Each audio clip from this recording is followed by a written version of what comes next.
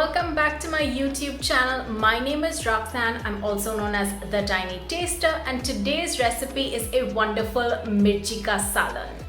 So this is a popular dish that is found in Hyderabad. It's usually an accompaniment to a lovely Hyderabadi Biryani.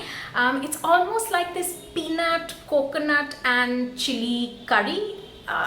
For lack of a better word, it's like a thin gravy, could be thick even, and works as a perfect accompaniment for a biryani. So now I have a biryani recipe in my blog post. I've got it on the channel as well. I'll link that below so you can make this as an accompaniment to that.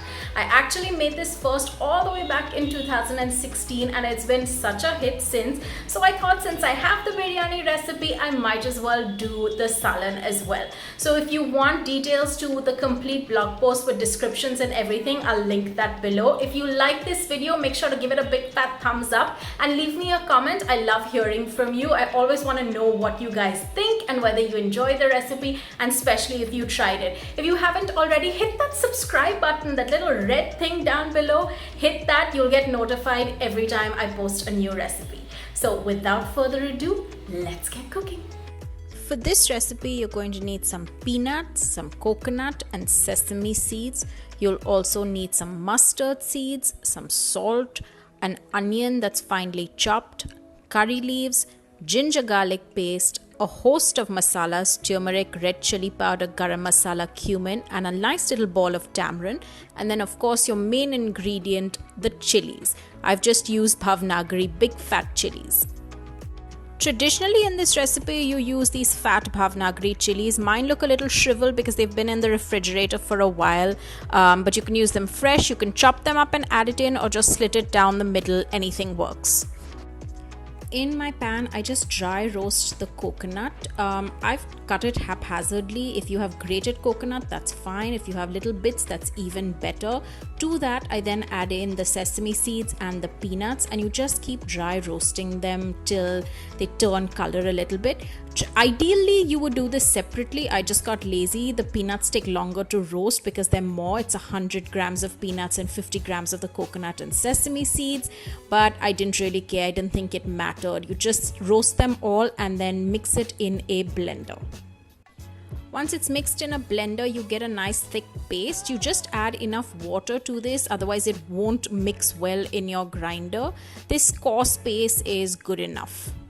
In my pan, I add oil, some mustard seeds, the curry leaves, all my chopped onions and some ginger garlic paste, and then I just mix it all together and let it cook for about a minute or so. To this, I'll add in all my spice powders, the turmeric, red chili, garam masala and cumin, and I'll let all the spices mix well with the onions and curry leaves and let it cook till the masalas cook, say maybe 2 or 3 minutes. To this, I will add in my ground paste. It is a thick paste, so you need to make sure that you mix it well. It does tend to stick to the pan, so whilst you're mixing, you could even add in some water. I just add water straight to the mixer jar just so that I clean out any odd bits, but you keep mixing it all together and let this cook for an easy 15 minutes. I like to add in my salt along with some turmeric powder and red chili powder, a little bit extra just for a little bit more zing and some color. This does need a nice mellow yellow color, and that comes from the turmeric as well. You just keep mixing it down and let this cook. The longer it cooks, the better your salan will taste. You will notice that the paste as it cooks tends to thicken. So if you want it thinner, then you just keep adding water. There's no specific amount. You just keep adding as you go, maybe half a cup or so. Once this cooks a little bit more, you add in your chilies. You can cut them up, you can slit them, whatever is convenient so that it's easy to cook.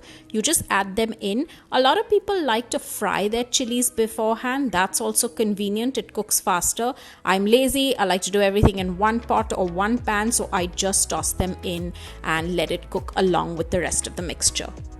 The last ingredient that goes in is your bits of tamarind. I actually just soaked that whole tamarind ball in some water, so I add in all the bits and I also add in the leftover residual water. It gives a nice flavor, and as you know, the more water you add to this, the thinner your salan gets and it gets tastier.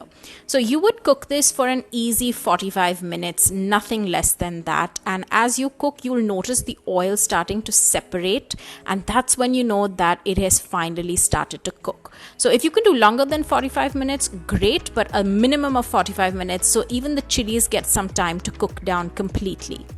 Once the oil has started to separate completely and you can see a thin layer, you know for sure that your salan has cooked. This is pretty much it. You can plate it up in a bowl and serve it along with your lovely biryani. We actually like to eat it with anything. We don't reserve this just for biryani.